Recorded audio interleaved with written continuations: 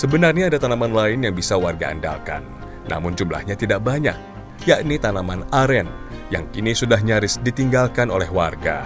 Jadi di sini cuma satu. Bukan tanpa alasan, olahan dari pohon aren tidak memiliki harga yang stabil, bahkan cenderung rendah. Tetapi jika warga mau menanam banyak pohon aren, tentu hasilnya akan lumayan baik. Sayangnya pohon aren tidak mudah dibudidayakan, setidaknya untuk desa Karanggede. Di kebun Mujiono misalnya, hanya tersisa 4 pohon aren yang bisa diambil hasilnya.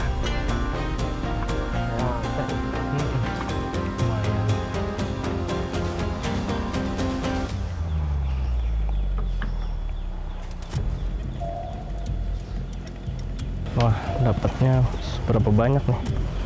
Banyak. Banyak, Pak. Coba lihat, Pak. Oh, 2 liter. iya. Ini setengah liter hitungannya banyak atau sedikit, Pak? Sedikit, Pak. Sedikit. Iya, kalau banyak dapat 5 liter, 6 liter. Biasanya seberapa banyak? Biasanya kalau pagi itu dapat 8, kadang-kadang 9 gitu. Tapi kalau sore gini ya gitu lah, dapatnya 4. Kadang-kadang ada yang 5, ada yang 6 gitu. Pohon aren lainnya tidak bisa mengeluarkan air gula. Beberapa di antaranya bahkan mati.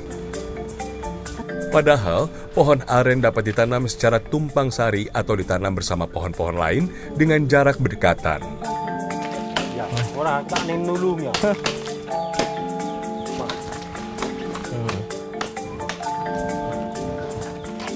Panjang juga.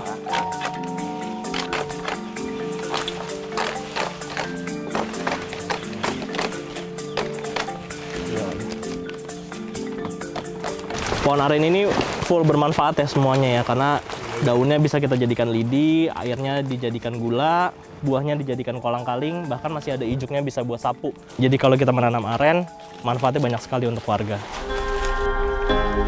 Setiap jengkal pohon aren bisa kita manfaatkan, namun untuk mengolahnya memang butuh waktu yang tidak sedikit.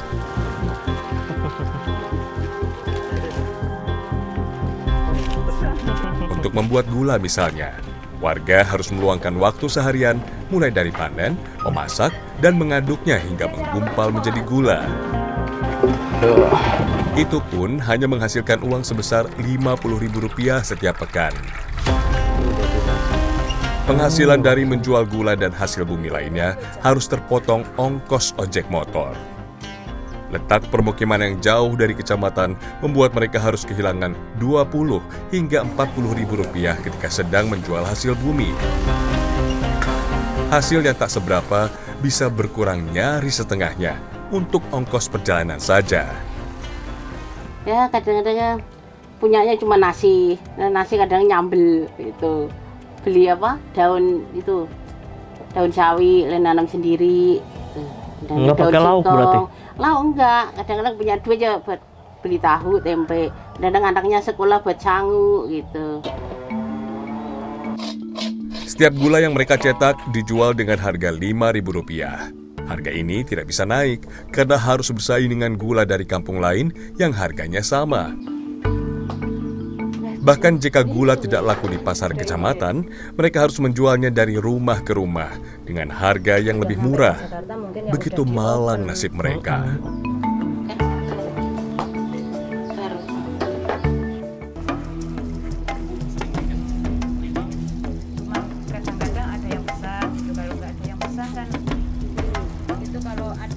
Berbeda cerita dengan gula. Daun aren dapat dimanfaatkan sebagai sapu lidi. Tulang daun aren digadang-gadang sebagai lidi dengan kualitas paling baik dibandingkan daun kelapa atau sawit. Gimana ya Pak, lakunya itu cuman nggak seberapa gitu loh. Jadi kalau mau jual itu kayak nggak cukup gitu loh sama tenaganya ini. Nah Ibu kalau jual kemana nih? Jual ke kecamatan nggak atau? Nggak pernah. Nggak pernah? Enggak. Kenapa? Ya kecamatan jauh. Berapa kilo ya itu? 10 kilo ada ya?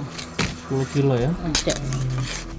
Ongkosnya banyak. Hasilnya bagus nggak? Harganya itu nggak mencukupi gitu loh.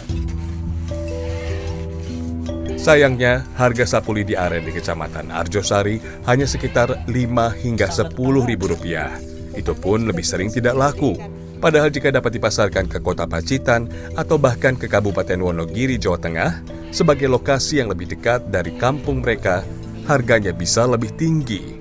Sayangnya, potensi yang harus bernilai menjadi seakan tak berharga di kampung mereka.